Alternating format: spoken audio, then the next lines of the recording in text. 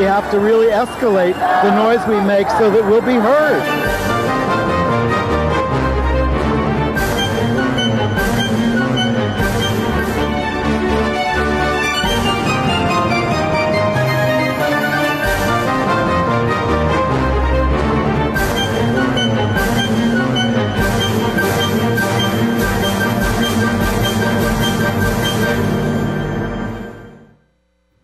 Welcome to Gay USA. I'm Andy Hum. I'm Ann Northrup. And lots of Pride news, LGBTQ Pride news from around the world.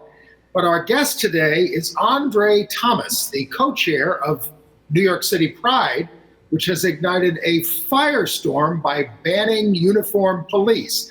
Controversy at Pride parades around the country and in Canada. Yeah, we got a lot to talk to André about. Very interesting. Meanwhile, the U.S. Secretary of the Interior has snuck in a visit to the Stonewall National Monument while we were all discussing this other stuff. A baker in Texas suffered a backlash for selling rainbow cookies and then received a surprise from her community. So heartwarming. But my heart is warmed by my favorite display of the rainbow colors this year on the uniforms of the San Francisco Giants. It's history. We will tell you about the highest ranking transgender journalist in the country. And Texas gets its first out Black elected official. Florida's wicked governor, Ron DeSantis, vetoed funding for LGBTQ services, including for survivors of the Pulse massacre. We were fascinated to see that the daughter of a governor and a Kennedy came out this week. I think we need a little group interview with the parents of all these children coming out. All right. But we mourn the passing of the founder of God's Love We Deliver and a pioneering Black HIV researcher. There has been a legal breakthrough in India, very exciting, and evidently some progress in Chile as well. And the new director of the Office of National AIDS Policy is a Black gay man. Oh, it's about time. And we welcome another Black gay man, André Thomas. Welcome, André. Thank you. Thank you both for having me today. Co-chair of at New York City Pride in the midst of this firestorm of controversy. We should say that you were born in Trinidad and Tobago, and you've worked behind the scenes in performing arts, and you went to Yale with a degree in molecular, cellular, and developmental biology. I could go on and on. I think we'll go on and on if you could pronounce all the words. We are going to put your bio into our email. And we remind our viewers, if you want to get our emails, go to our website at gayusatv.org and maybe make a donation too. But anyway, welcome, André. Thank you. So it's been quite a season already. Mm-hmm. And of course, as our viewers know, I'm a co-founder, I guess, or one of the original creators of the Reclaim Pride Coalition and the alternative or traditional or whatever queer liberation march. So I've been involved in these issues for quite some time too. But we were happy to see that Heritage of Pride, the New York City Pride organization, this year under your leadership, with a fairly newly installed diverse board of directors, decided to tell the New York Police Department that they were not welcome to march in uniform and armed in the New York City Pride Parade. And then all hell broke loose. Mm-hmm. But why don't you tell us about how that decision was reached? Sure. So, this is a conversation that's been going on in Pride organizations for years and years and years. But, last year, after the events on Pride Sunday in Washington Square Park, the community town hall, our response to that, the community town hall that we hosted that I believe, Ann, you attended, and our community basically admonished us for the kind of lackluster response. We took a step back and said, hey, what are we doing as an organization? why do people feel they're not being listened to? And so we decided to engage with a community council of activists who can really give us advice, who are experts in this area, can give us advice on what we need or should be doing.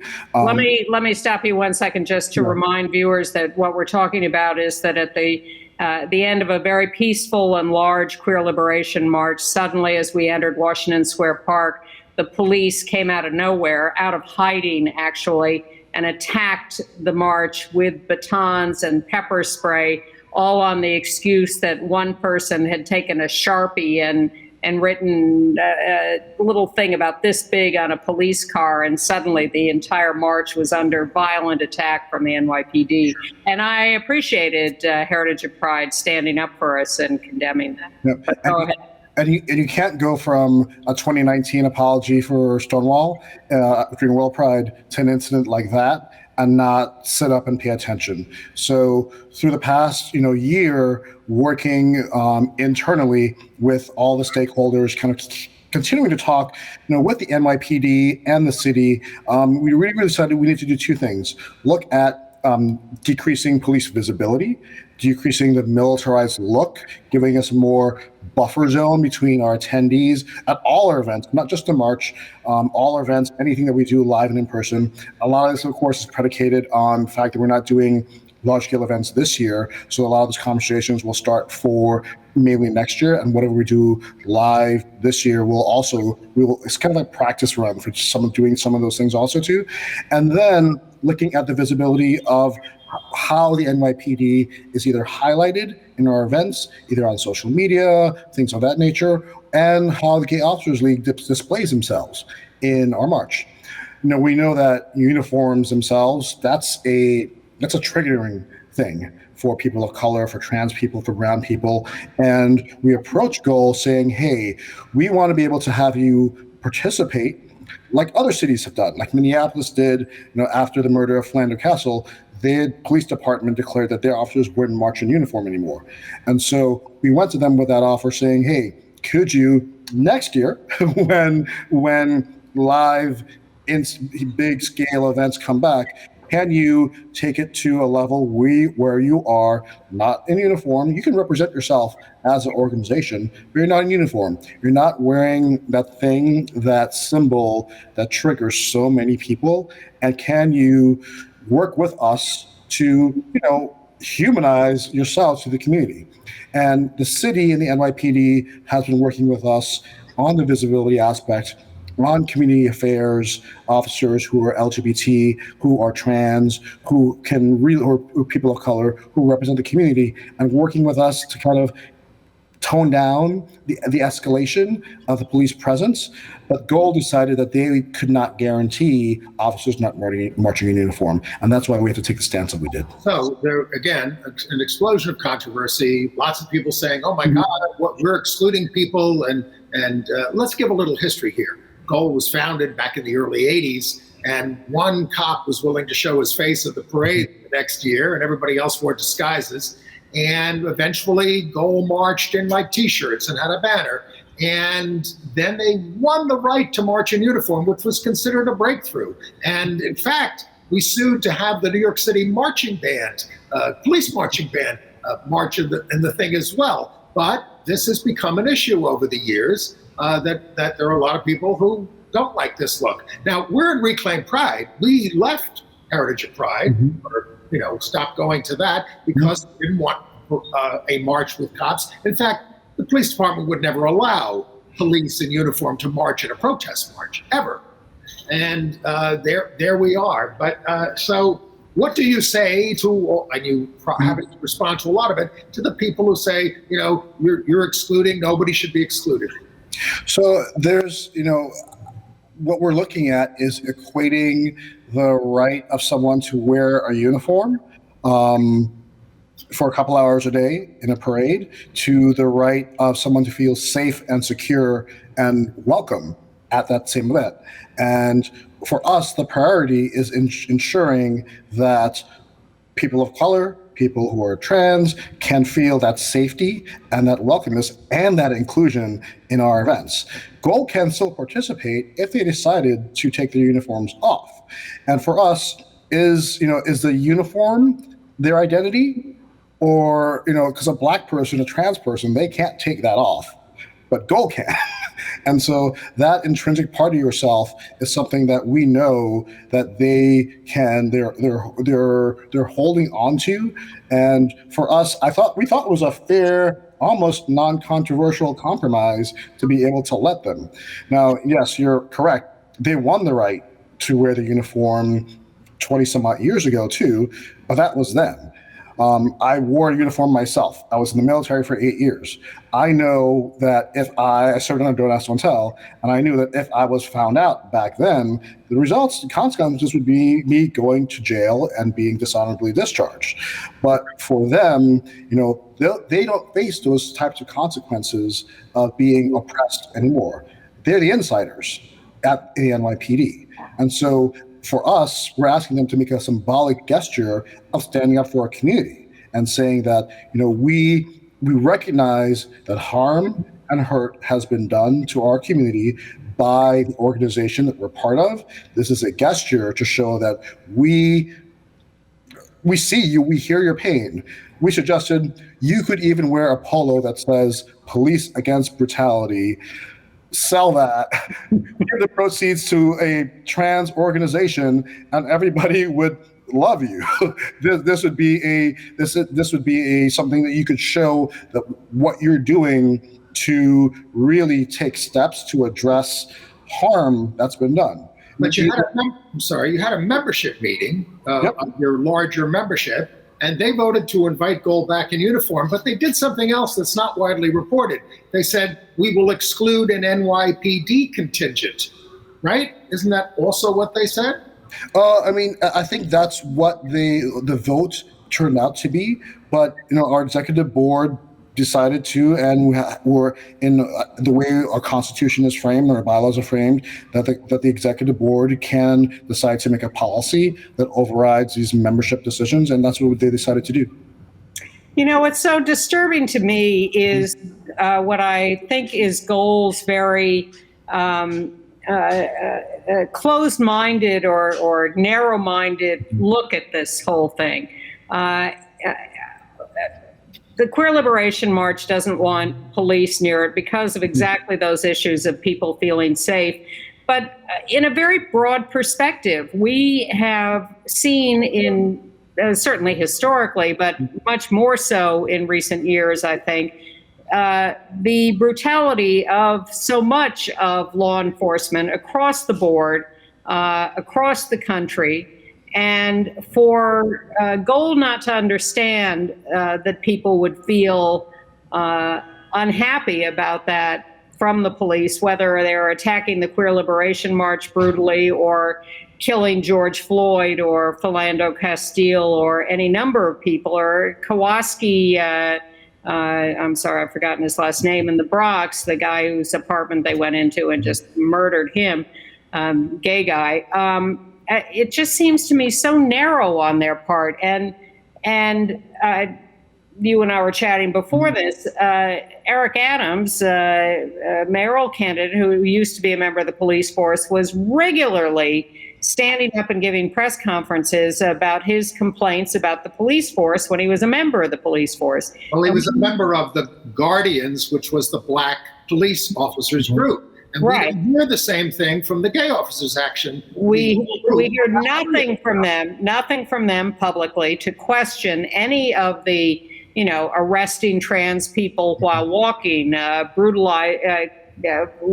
Layleen Polanco die in Rikers Island, attacking the Queer Liberation March. Any of this brutality from the police is never publicly questioned by Gold. And for us, just last weekend, there were aggressive, actions in Washington Square Park by the NYPD that even all the mayoral candidates decried. So, we're not talking about ancient history. We're talking about things that are happening, on a continual basis. And we've asked Gold, it doesn't take much to even tweet a statement to say, we stand with our LGBTQIA plus brothers against this too. And I think for them, the issue is that they feel they may lose credibility with the NYPD if they stand up for them. But the Black Officers Association stood up against the police union's endorsement of Trump last year. So, and he was virulently anti-trans. So, there are examples of minority-aligned associations within police organizations who stood up to their own, and I think that's the real, point. The community wants to see goal stand up for them. They may have made it easier for people to become gay cops, trans cops. They may have made it easier for people to become part of the internal system. What we're looking for is for them to stand up for us on the outside, and I think that's really key. There have been about 1,000 articles written about this controversy. One of them by you in the Gay City News, which you called an invitation to goal, where you've reached out to them and you talked about how you're trying to work with them. And we will put that in our email so people can read your perspective on this. But, you've been condemned by the New York Times, the Washington Post, Jonathan Capehart, a gay editorial writer, said, well, I haven't been to it in 20 years, but I think the cops should be able to march. I mean, this is what you're up against.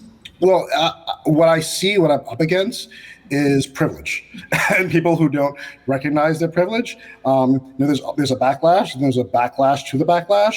And you're seeing now more analysis, and there are people who actually are part of the conversation, realizing that, hey, these are valid reasons. And the clickbait headlines would say police and NYC Pride plans police, and then you get into the more nuanced analysis with more context that actually talks about, hey, these are, they're not actually asking for that much when you think about it too, and the fact that for us it created a dangerous situation, because from our perspective, the message came out that banning cops meant that we were not going to be a safe event. We know we're on the 5th anniversary of Pulse. This is the 5th year anniversary that we're commemorating. I was working in a DC Pride event the night Pulse happened, and grew up in Florida, had friends. I've been to that club myself. I know what it's like when our community is targeted. And so we've never actually stated that we were going to have a police-free, unsafe, completely free event. We have to work with the NYPD for barricades, for permits to be able to have any event, for sound, for things like that too. What we asked for them, and they were working with us too, is for decreasing how they look, how they feel, more of a buffer zone. The example I use is in 2017 when we had our Youth Pride event. We had police show up in kind of full SWAT gear, and an event for kids, Black and brown kids showing up at Central Park. That's not really appropriate for police to have that kind of militarized look. And those are things we've identified to them, and they said, you're right. So we need to work on that. And I think that is really, the initial headlines created the situation where people now feel that, Pulse just happened. We're allowing something like this to happen again, and that's not the case. Well, I think Goal is taking this too personally and should instead see the bigger picture. But you mentioned privilege, and so I want to switch this to another part of the conversation, which is corporate involvement in the Pride Parade, because Reclaim Pride is not happy about that either.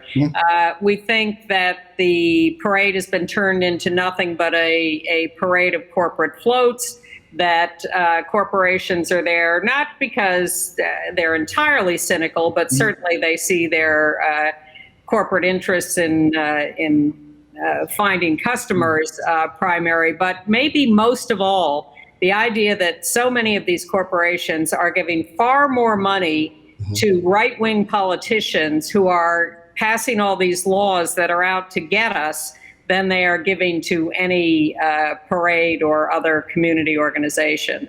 So what's up with this corporate? I'll say that one thing that you told me last year during our town hall was do better. And that's something we've been telling our corporate sponsors, that when they come to us and we say, hey, what are you doing? We've been saying, you can do better.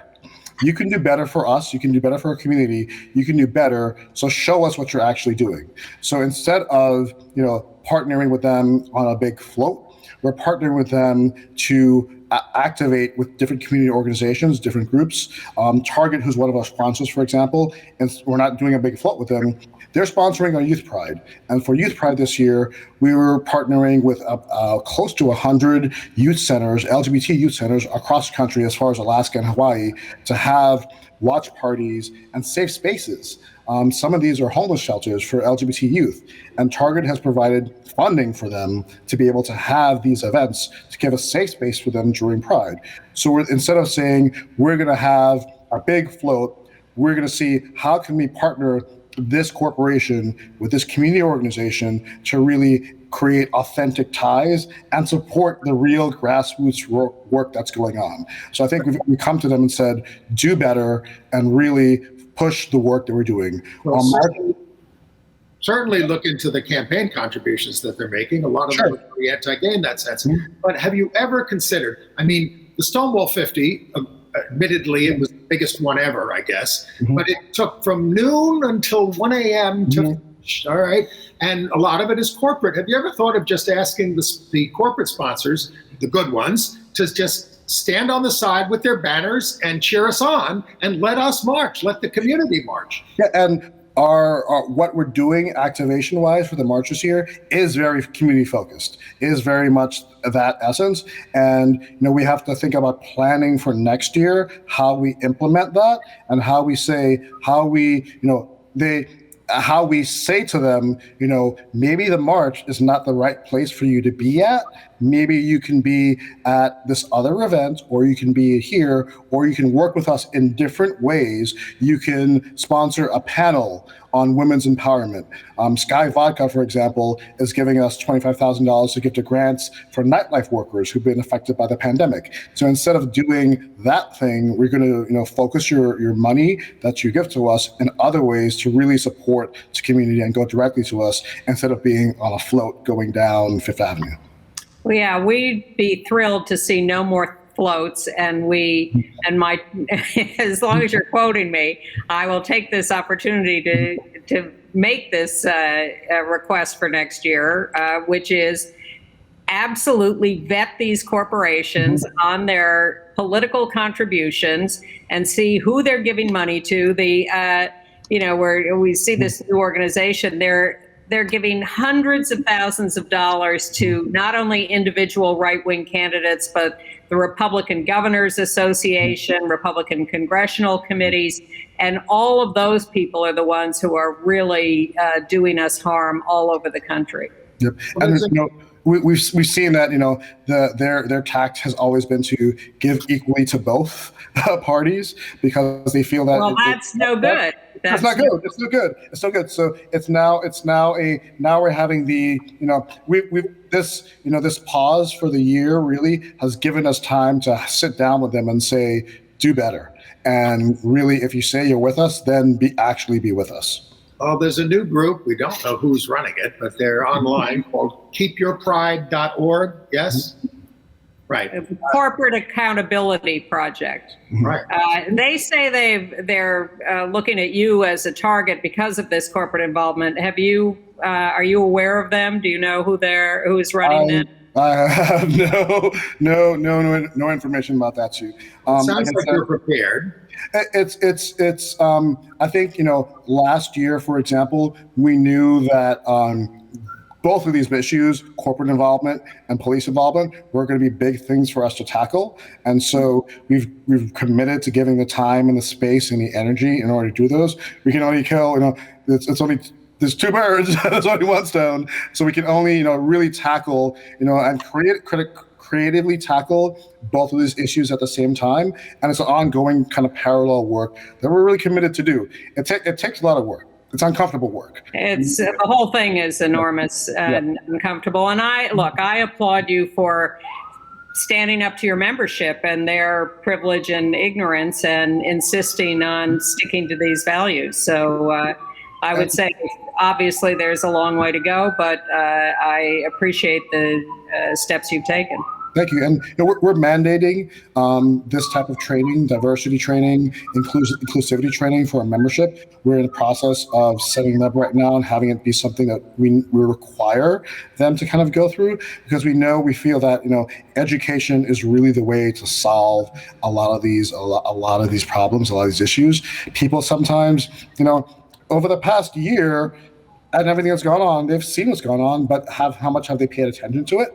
And so we really need to focus on, our own people and really educate them in the way that they haven't been before. So it hasn't necessarily been the primary focus, but we know it needs to. We're going to talk about a high court judge in India later in the show who said he went for counseling so that he would learn more about these issues, and then he came around on them. But we really appreciate your being with us. If people want to learn more about André Thomas, the co-chair, and NYC Pride, go to nycpride.org. We're very grateful for your being with us today. Thank you both. Thank you both for having me.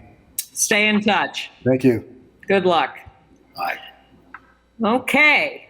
Well, I do appreciate his work in trying to push this stuff forward, and it is tough. I want them to go a lot farther, but I think I headed in the right direction. And if you're looking for a march this year, well, there's the Dyke March, the Trans March, the Drag March, and the Queer Liberation March. And that latter one is going to be on June 27th. We're going to meet in Bryant Park, 6th Avenue and 41st Street, march down 7th Avenue past the Stonewall and over to Washington Square for a rally, gathering at 2:30 p.m. Sunday afternoon, leaving at 3 o'clock. Promptly, right? Oh, yeah, because we cannot fit the tens of thousands of people all in Bryant Park. So we're taking off as soon as we reach critical mass. So, come join us on Sunday the 27th. But Friday night, drag march, Tompkins Square Park. Saturday evening at 5, Bryant Park for the Dyke March, and Sunday, 2:30, Bryant Park Queer Liberation March. And before we get to national news and international 25th, 26th, 27th. Let's talk about some more Pride news. Yes, the U.S. Secretary of the Interior, Deb Haaland, visited the Stonewall National Monument on June 3rd. For the 5th anniversary of the designation of the monument by President Obama. By the way, the religious right lobbied to have Trump rescind that designation, but he was more interested in rescinding it for public lands so that they could be exploited by oil companies. Well, unfortunately, the Pentagon was also more interested in rescinding or ignoring his promise to have rainbow flags fly over military installations for Pride. They're sticking to the Trump rule that limits flags to In fairness to them, this is their way of stopping Confederate flags from being. That's true. Absolutely true. All right. So a story in Lufkin, Texas. A bakery called Confections made rainbow heart cookies for Pride Month and started getting hate mail and cancellations of order. And the owner said, "My heart is heavy. I never thought a post that literally said, 'more love, less hate' on Facebook would result in this kind of backlash." But the next day, look what happened.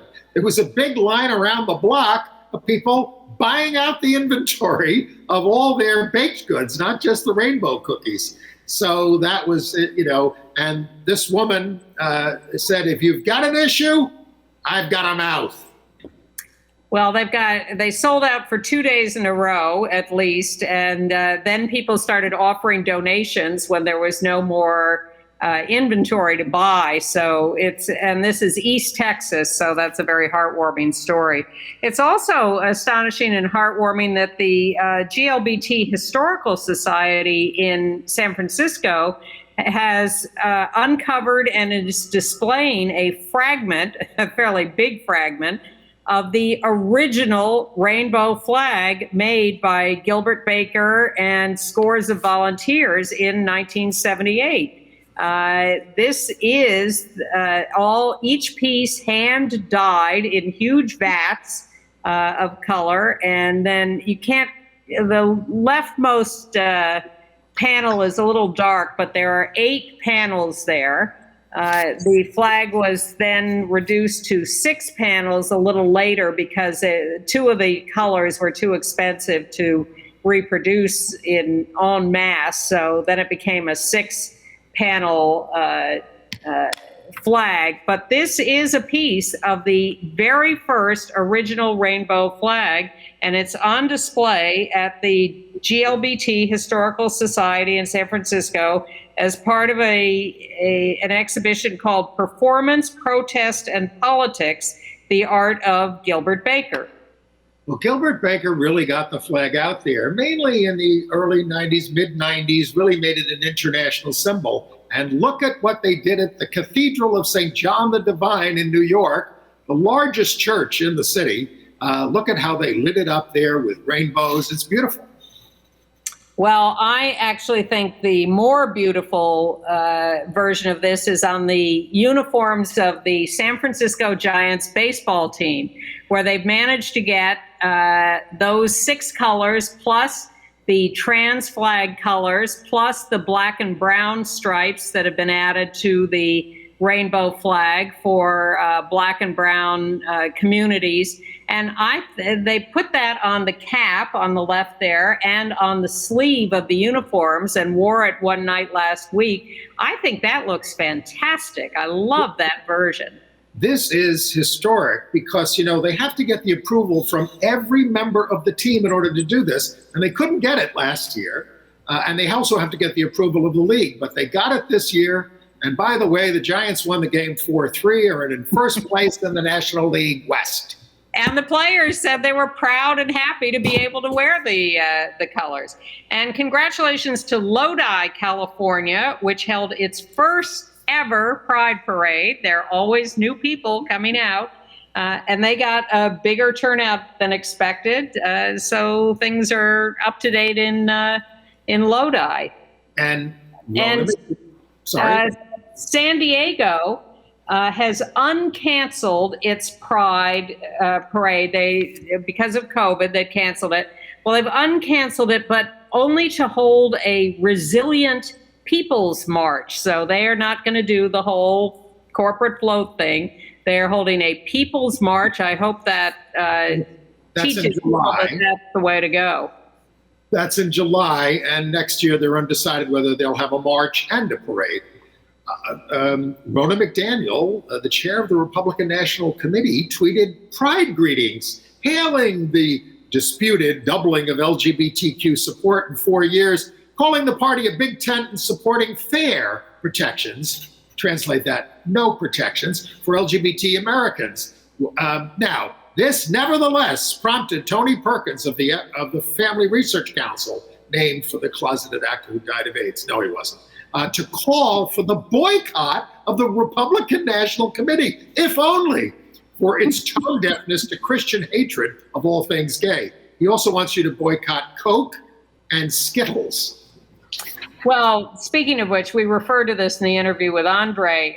There is an organization called keepyourpride.org, the manifestation of the Corporate Accountability Project, which is alerting people to the misdeeds of corporations that claim to support us and are instead giving a lot of money to the right wing. They're specifically targeting Coke and Bud Light, Anheuser-Busch, which have given a ton of money to the Republican Governors Association and the Congressional Campaign Committee. The problem is, and we told you about this group a year or two ago when they first formed, no one knows who they are.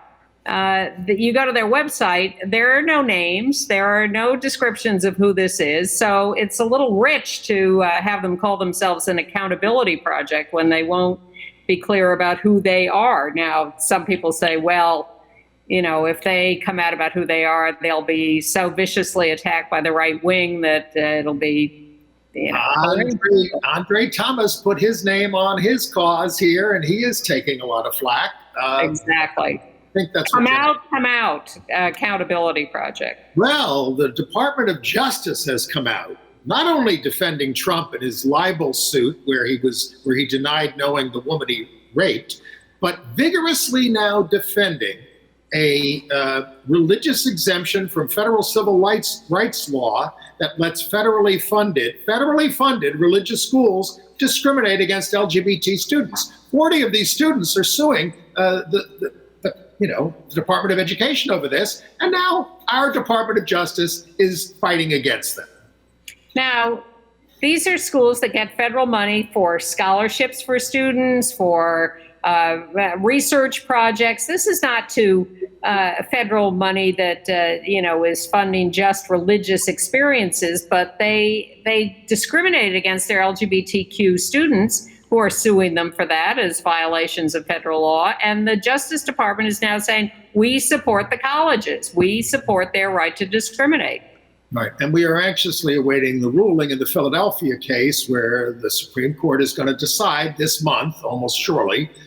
Could even be Thursday. We're taping on Wednesday, but we don't know whether or not religious organizations can discriminate against us, against the law in Philadelphia, and still receive city money. In other words, do we have to pay the bigots to provide services for us? Well, while these actual things are happening, at least Secretary of Education Miguel Cardona announced that he supports trans athletes and that the government will help them. Well, let's help the students at those religious universities too, Mr. Secretary of Education. And Vice President Harris, we know, is in Guatemala and Mexico talking about immigrants and giving some very dicey messages, but held a roundtable with local activists in Guatemala, including HIV activists and LGBTQ activists. We faced a lot of violence down there, and she's saying, don't come to this country. Now, this is against the backdrop of great progress in the Gallup poll for same-sex marriage. It's now at 70%, an all-time high, up 10 points since 2015, when the Supreme Court opened it to gay people nationwide. Even among Republicans, 55% support. So we're making polls, but not in the Congress. Well, and there you have Governor DeSantis in Florida, who just vetoed all LGBTQ funding that he could find in the Florida budget, including funds for mental health for Pulse survivors, as Andre mentioned, housing for homeless LGBTQ youth, an Orlando community center, all gone from the Florida budget. He tried to stop. He has a line item veto. He tried to stop rainbow lights on bridges in Florida, but got so much backlash they were put back on. I want to give you a little piece of encouraging news. You know, Deb Haaland, we talked about her. She's the Interior Secretary. Her seat in Congress went to Democrat Melanie Stansbury, who did better than Haaland and Joe Biden did in 2020. So that's encouraging. It's also encouraging that there's a lot of activism and organizing going on in Florida in the wake of these voter suppression laws to organize Democrats and the left wing to be active in the next election. And Virginia just held a primary election and had a very good turnout, which you wouldn't necessarily expect in an off-year primary election. So that's good. Also, the Gay and Lesbian Medical Association canceled its planned conference in Florida because they were so fed up with the bigotry. And you've all heard about Joe Manchin's intransigence, which is going to kill a lot of the great legislation that we need in the Senate. Option one, elect better Democrats in 2022 in Pennsylvania, North Carolina, Wisconsin, and maybe even Ohio. Or get yourself a fairer system of government, because this one does not work. Well, not in this atmosphere with people who are so shameless and relentless at destroying it. All right, we want to congratulate the executive editor of Reuters, Gina Chua, who has come out as trans at age 60, came out as in a letter to her staff, actually in December. She was raised Catholic in Singapore, but she is extremely successful as a high-ranking out trans executive in the mainstream news business. Highest ranking arguably, she said there are a lot of people who are 14 years old who would like to know that this is not a death sentence. It's not a millstone. It's something you could be proud of, celebrate, and live with. And in San Antonio, Texas, out gay Black Jalen McKee Rodriguez, first Black gay man elected to office in Texas, elected to the city council in San Antonio. He's been a high school math teacher. In Largo, Florida, a non-binary middle school student, Leo Hoffman, 12, stomped on, dragged, covered in water by 6 kids wrestling over a rainbow flag at his outdoor lunch table. Leo, who's apparently can take care of himself, tried to protect his friends at the table. 6 of these kids have been suspended or reassigned to other schools. He's at the Seminole Middle School. And in the state of Washington, boaters flying a rainbow flag were attacked by other people around them and boats around them. All right. Major General Tammy Smith, the Army's first openly gay general, has retired. After 35 years of service, she said people must find comfort and push back some of that internalized homophobia and build a bit on the journey between honest and authentic. Tammy there is, of course, the one in the uniform with her wife, Tracy Hepner, who runs a spouses project for the military, too. Okay, in Seattle, the ACLU and Justin Wetherall, a flight attendant for Alaska Airlines, have written a letter to the airline saying, hey, you better watch out because Justin is non-binary and your uniform rules are extremely binary. And if you don't loosen that up, you are going to find yourself the subject of a lawsuit by the ACLU. Now, I'm old enough to remember when Andrew Cuomo was a problem on LGBT rights, but he's grown quite a bit, even though he remained a bully, and that's why he's being investigated. But anyway, his daughter, Michaela Kennedy Cuomo, has come out as queer. She says, I'm indebted to the activists who fought for my right to love and happiness. And Andrew said, I could not be more proud. There he is. With her at a pride parade a couple of years ago. So what is this trend? We have Giuliani's daughter, Caroline, who came out as bi, I think. We have Michaela Kennedy Cuomo. I think this next generation of strange politicians are coming out. I'm waiting for one of the Trump kids, but... well, this is the first Kennedy, I think, that is out, isn't it? Who's out? Maybe. I think Rory Kennedy may have flirted with it for a while, but then got married to a man. But yeah, okay, probably. Do we care? Yes. All right. Horrible news where are we? In the Sonoma Desert. Poe Black, a 21-year-old trans man, was discovered slain near what's called Slab City in Niland, California. It's a collection of camps occupied by homeless people and those living outside of conventional communities. Originally from Nashville, he identified as mixed indigenous, identified as trans masculine, no arrests, stabbed 7 times, the 31st trans or non-binary person reported killed this year. This is a sort of nomad land community. So that's what people are picking up on.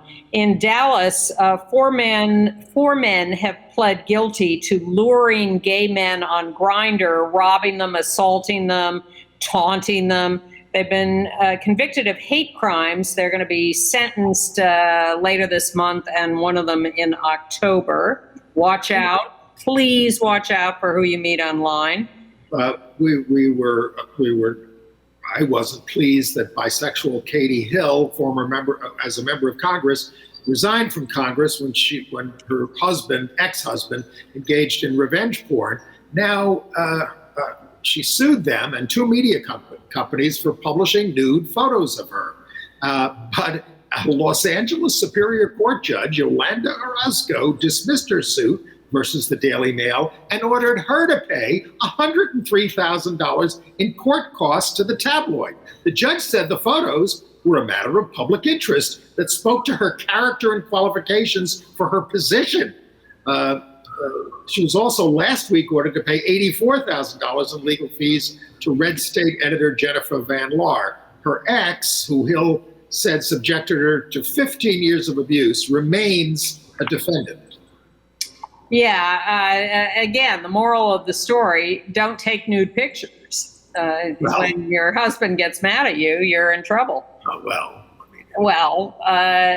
And in New York City, Lisa Baines, a veteran actress, was in the movie Gone Girl, lots of different movies, TV and Broadway, is in critical condition, hit by a scooter on the street, a hit and run, I think. 65 years old, very tragic case in New York. On her way to lesbian, obviously that's why we're on her way to meet her wife, Catherine Krenhold, at a friend's place near Lincoln Center. Terrible. All right.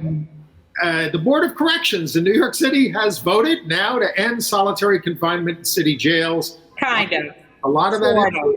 All right. A lot of that impetus came from the death of trans woman Layleen Polanco on Rikers Island back in 2019. Yeah, her family does not consider this a sufficient amendment to the law. They're going to keep working on it. In Virginia, a teacher who refused to acknowledge the pronouns of a trans student and was suspended has now gotten a court to unsuspend him at the school while legal actions continue over that. So the kids will be so happy to have him back running their classes. A lot of people we know are signing on to a letter asking for reconsideration of the severity of the sex offense registry, a range of LGBTQ groups calling for modifications in the law. They're not talking about getting rid of it, but it includes signers like NCLR, Center for HIV and Law Policy, TAG, Housing Works, etc., and including of our friend Bill Dobbs, who is heading this up, and Professor Art Leonard and Norman Siegel. All right, we have 10 minutes. Let's hit the road. All right. International news? Yes. In Chile, the very conservative president, Sebastian Piñero, now says he supports same-sex marriage, which has, of course, been mandated by the Inter-American Commission on Human Rights. The Chilean courts told him he didn't have to do it, but he now says he's for it and wants it done quickly. We'll believe it when we see it. In India, and the Madras High Court issued a wide-ranging order for the protection of LGBTQ people. And when a court like this does it, it has national implications. Isn't it Madras in India, if you're not talking about the shorts? Let's call the whole thing off. Yes. Society must change, he said, not LGBTQ people.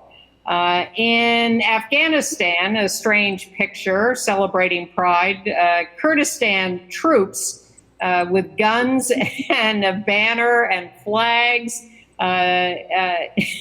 from the Federation of Anarchism era. Their banner says, "These faggots kill fascists." Okay. In Euskadi, Spain, last October 15th, a 15-year-old wore a skirt in support of women to school in solidarity. And he got sent to a psychologist, and his parents punished him. So students started doing things for a year, and now the faculty in all of May wore skirts in solidarity with him. Yeah, almost enough to get me into a skirt. Thank you. That's a good laugh. In Uganda, cops have arrested 44 LGBT people who were in a shelter. They just walk into the shelter and grabbed everybody. And in Ghana, where they arrested 21 activists who were at a conference in a hotel a couple of weeks ago, 16 women and 5 men, an LGBT conference, the court has denied them bail. In Manitoba, that gay couple that got married in a church in 1974 have lost their legal battle to have their marriage recognized. Same-sex marriage was legalized in Manitoba in 2004, and the courts are saying, no, we're not going that far back. It wasn't legal then. 7,500 at a peaceful Pride march in Jerusalem. where, in 2015, some bystander killed a 16-year-old. Very few protesters. Things are getting a little better. And keep your eye on the Cook Islands, where the government promises a new bill will decriminalize homosexuality and might even legalize same-sex relationships. Okay. In AIDS news, Gunga Stone, the co-founder of God's Love We Deliver, a meal delivery program for people with AIDS, started in 1985. In the worst years of the pandemic, has died at the age of 79. She started delivering on her bicycle. Now 2.5 million meals are delivered annually to New York's homebound of all kinds. Her philosophy, food is love, act with urgency, no bureaucracy. If you're sick, you can't wait. You've got to get your meals. She was a real hero, a real hero. Well, these are prepared meals. The first time she delivered a meal, it was a mix for bread, and the guys threw it across the room. I can't cook, I'm too sick. And that was her first delivery, and she went back and did prepared meals. The Biden budget, as advertised a while ago, does include a $670 million increase in funding to end the epidemic, more money for PrEP, for treatment, housing, Native American communities, et cetera. We'll see where that gets in the Congress. The UK equivalent of Broadway Cares here, the Theatre Make a Difference Trust, is closing down, partly because of the pandemic and partly because, they're making so much progress around AIDS in Great Britain in terms of controlling it. In Michigan, the Ingham County prosecutor ordered a review of all old prosecutions of HIV-positive people and found two. One had already been dropped and one is pending. They ordered the motion refusing prosecution in that case. It is really important that we stop criminalizing people with HIV. Well, in Nevada, Governor Steve Sisolak signed the bill modernizing the law, and he did it wearing a pin from the Elizabeth Taylor AIDS Foundation.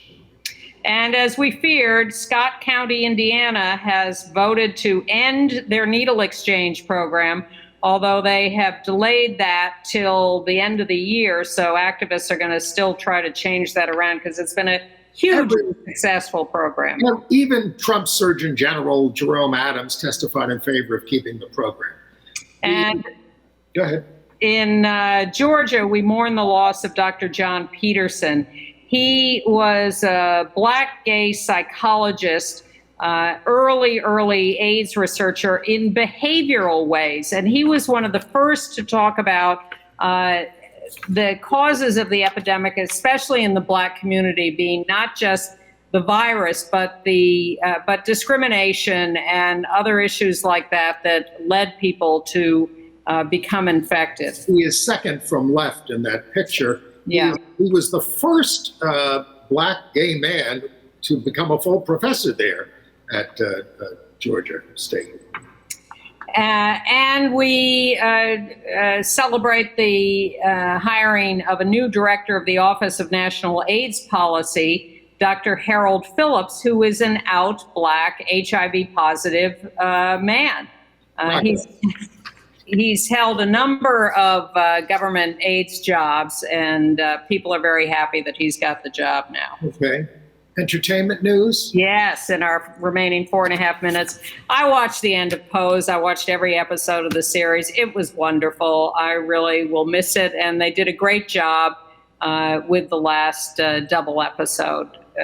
Very well done. Well, someone who brought so many shows of the 70s and 80s, et cetera, Douglas Kramer, producer of Love Boat, Dynasty, Peyton Place, that's the 60s, The Odd Couple, Batman, and more, has died at 89. He is survived by his husband, Hubert Bush. He was the producing partner of Alan Spelling. He had an eye for camp. Aaron Spelling. Did I say? Oh, Aaron Spelling. He had an eye for camp. He introduced gay and Black characters when that was very rare. And he was also a renowned art collector. And who did he cast on The Love Boat but Andy Warhol, Bob Mackie, and Holston all made guest appearances on The Love Boat per Doug Kramer. Okay, we don't usually keep you up on RuPaul's drag race, but they crowned Simone as America's next drag superstar.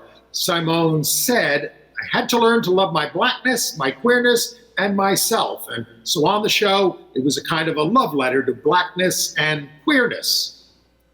PBS this week is running the terrific documentary, The Lavender Scare, all about the government discrimination against LGBTQ people in the 50s and 60s. Highly, highly recommended.